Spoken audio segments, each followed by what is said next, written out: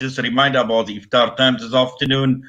Durban at 17 minutes past 5. Johannesburg will be at 17:35. And Cape Town will be at 18:01. That is 1 minute past 6 this afternoon on this 27th of Ramadan, 1442. But it is the time of the day where we now pay tribute to Muslim broadcasters and journalists. And this afternoon, we are joined by someone who we can say is a veteran of broadcasting. And we're talking about none other than Zakia Ahmed Siddiqi, and she is currently with Radio Lotus. Zakia, assalamu alaikum wa rahmatullahi wa barakatuh. Wa alaikum assalam. Inayet, veteran, come on. There's a better word to describe me, man. Well, a legend. Can I say a legend? No, it's fine. Right. No, Zakia, the reason why I said the veteran is, we've obviously as the Indian community, and if I go back to the time when we were exposed to radio, we had the likes of Radio Truro, and then came Radio Lotus, and that was before we've had, a whole host of community-based and Islamic radio stations as well, and media outlets that had come through. But at that point in time, we had obviously exposure to Lotus FM, and this is where people like yourself obviously have been featuring for a very, very long time. Well, no, I'm just pulling your leg, but it's fine. You can call me, introduce me however, but it's just so good chatting to you today.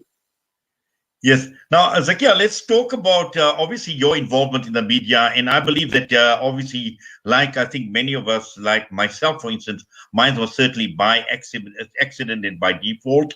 And I believe you started on radio by accident as well. Absolutely. It was, it's strange, but, a man who later on went on to become a husband was actually looking for somebody for his drama, for his stage play. And then there was Bhaigura Katri who said to me that there is somebody who's looking for an actress, so to speak, to use the word a bit loosely, to do the drama. And I went to meet him. And at that time, and you mentioned Radio Truro. So at that time, Radio Truro was looking for new voices.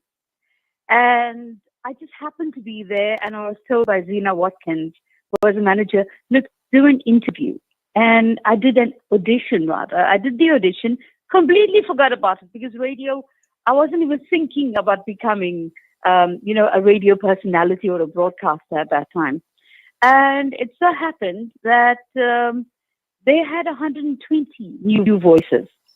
Out of the 120 new voices, 20 were chosen. Out of the 20, one was chosen. Alhamdulillah.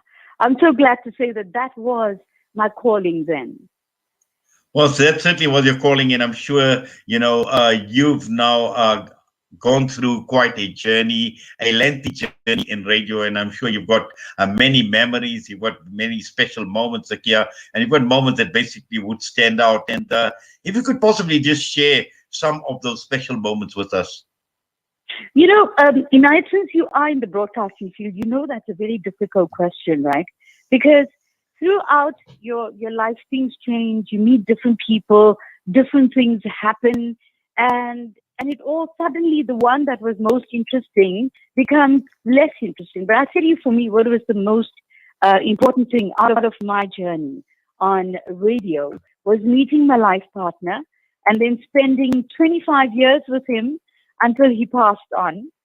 So that was a beautiful memory, a beautiful moment that I should and I will always cherish on a personal level, but on a broadcasting level, because of what I do and the way I do it with on stage and stuff. So not many people can actually boast and say they met Nusrat Fateh Ali Khan.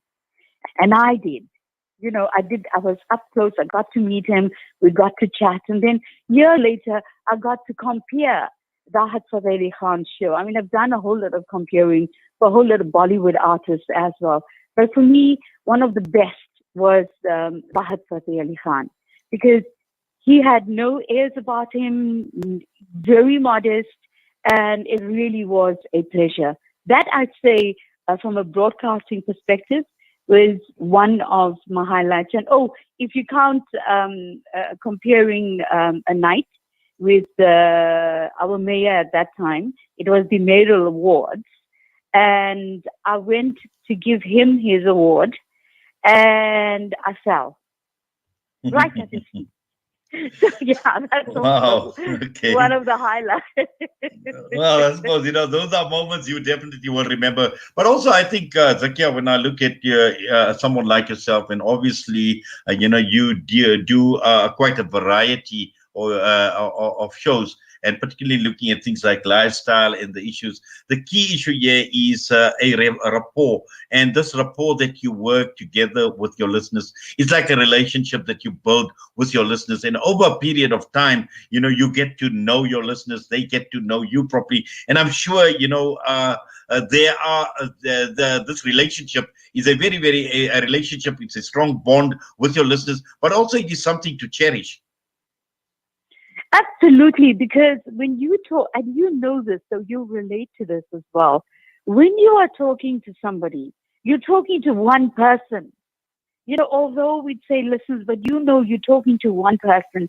And if you can connect on a level, whether it's spiritual or whether it's personal, on that level with somebody, and when they react, now it's WhatsApp, so when they react to you, then you know that they have taken you into their homes. And that is very important. It's a very difficult thing to build, but if you got the right recipe, if you got the right ingredients, then you can make it work, for years, like the way I have done. And for any broadcaster, that is something that's very, very important.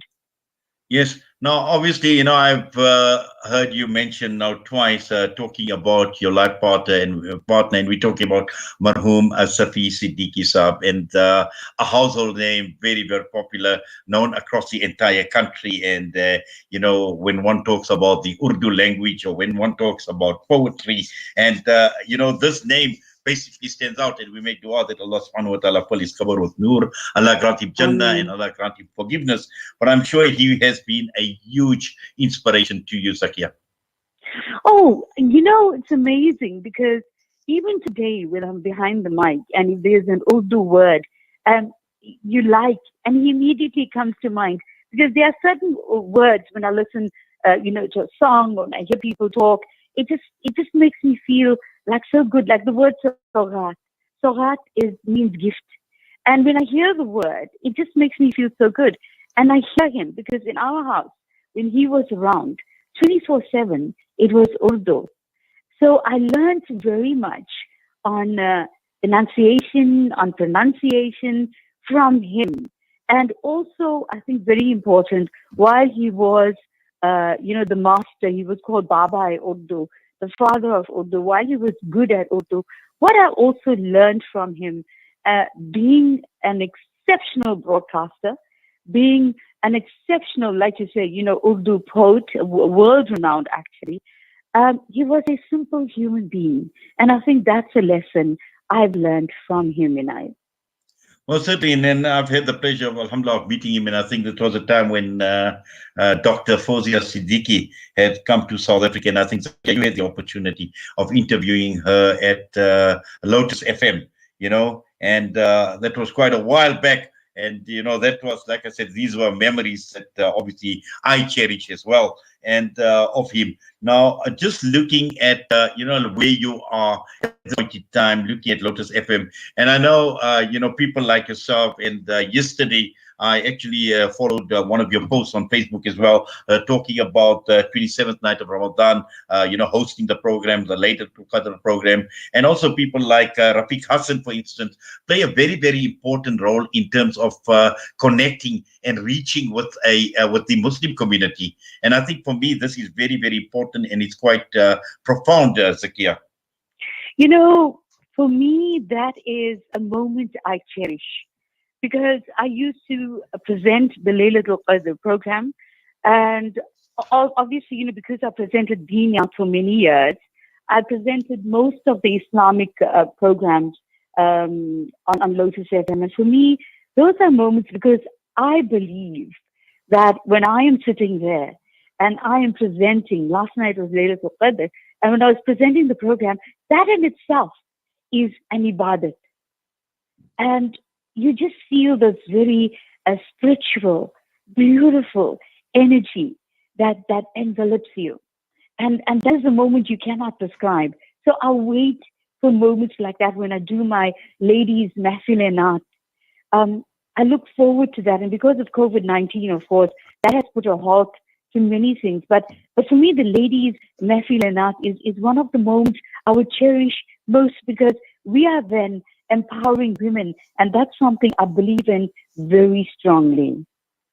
Zakia, just looking at what you've achieved until now, is it enough, or is there still a lot more as far as Zakia Ahmed Siddiqui goes, and what we are going to see going forward? I don't think for everybody out there who's listening right now, there is never enough. Do not sell yourself short. Do not let age be a hindrance. Do not let your academic qualifications hinder you either. There is never enough. Always strive to do better things in your life for the greater good. So yes, for me, I'd say there's still a lot to achieve. Yes. Now, just on a personal level and looking at some of the things that you identify with and that you have a passion for, and one of them is being a voice for women and children, Zakia. Absolutely. I thought you were going to say cooking, and I was going to say, nah, not me. Not Well, I'm not going to ask you for a pot of halim this afternoon for iftar. Yes, I am. I'm very vocal about it. And I believe that, I have Network Empowering Women. And I believe that we are the voice for the voiceless, because I have seen and I've heard, especially with my show, which is a lifestyle show, Life and Style, you hear horror stories of how the elderly are not being taken care of by their own children, how a child has locked her mother out for years. Allah Akbar. I get very emotional when I talk about this. Locked her mother out for years because she felt that her mother was taking things from the home and willy-nilly giving it to everybody. So the mother had to be outside while she went to work. Horror stories like this, especially with children who are being abused, the only defense they have is maybe the hands to stop you from hurting them. So I'm very vocal about this. And it's something I probably would never understand on how a human can do this to one another. But it's something, through Allah's mercy and, of course, because of the qudrat of Allah subhanahu wa ta'ala, I think we have lots of people who have become champions for taking care of the women and the children as well. Abuse has to stop. There should be no excuse for abuse, really. Well, Zakia, Jazakallah khairan so much for that. And I must say, we do appreciate you taking time out and talking to us, and obviously in paying tribute to you in our season 2 of paying tributes to Muslim broadcasters and journalists. And Alhamdulillah, you've done a wonderful job so far, and obviously a household name right across the length and breadth of the country, and I'm sure internationally as well. And Allah accept your efforts. Allah reward you for your efforts. And more importantly, we are honored to have you on the show as part of our tributes that we have been paying throughout the entire month of Ramadan, alhamdulillah. I'd like to say Jazakallah khair to Salam Media for having me here. It's an opportunity. I'm honored to be actually with you. And, with Ramzan, we're saying Alwida Ramzan. And this is where I'd like to say to you and your team and to everybody listening in, whatever we learned in Ramzan, take it forward, and Eid Mubarak. Well, same to you as well. Eid Mubarak to you, and whatever is left of the month of Ramadan, Allah accept your efforts. Allah reward you as well, Zakia. All the best to you, your loved ones as well. Inshallah, Allah keep you safe. Allah give you health. And in these difficult times, inshallah, Allah subhanahu wa ta'ala grant you the best of everything, inshallah. Assalamu alaikum wa rahmatullahi wa barakatuh. Wa alaikum assalam. Zakia Ahmed Siddiqi, pay tribute to her this afternoon, and she's with Lotus FM, and that is our tribute to Muslim journalists and broadcasters, which brings us straight on to 3 minutes past 5 p.m. And When we come back, we still are talking with Dr. Akhtar Hussain this afternoon. We're talking about analyzing the UK and the Indian COVID-19 variant that has been detected in South Africa, and what are the projections as far as the COVID-19 third wave goes. So that will come through after this, and also our Nasiha in the build-up to Iftar in Joburg at 17:35 p.m. The Nasiha this afternoon, Maulana Naeem Yusuf. Southern Africa Dawah Network is a non-profit organization striving to uplift the disadvantaged and empowering through education and dawah. Donate to the SADN centers, the MA Motala Islamic Center, as well as our Islamic centers in Amoti, Imtalumi, Botshabelo and Castile. Donate your zakat and lillah today. Contact Farooq Sheikh 076-321-0650, Yusuf Mohammadi 072-259-3457, or the SADN head office 031-304-8000. Our account, Standard Bank, account number 050-856-294 for your zakat, or 050-879-790 for your lillah.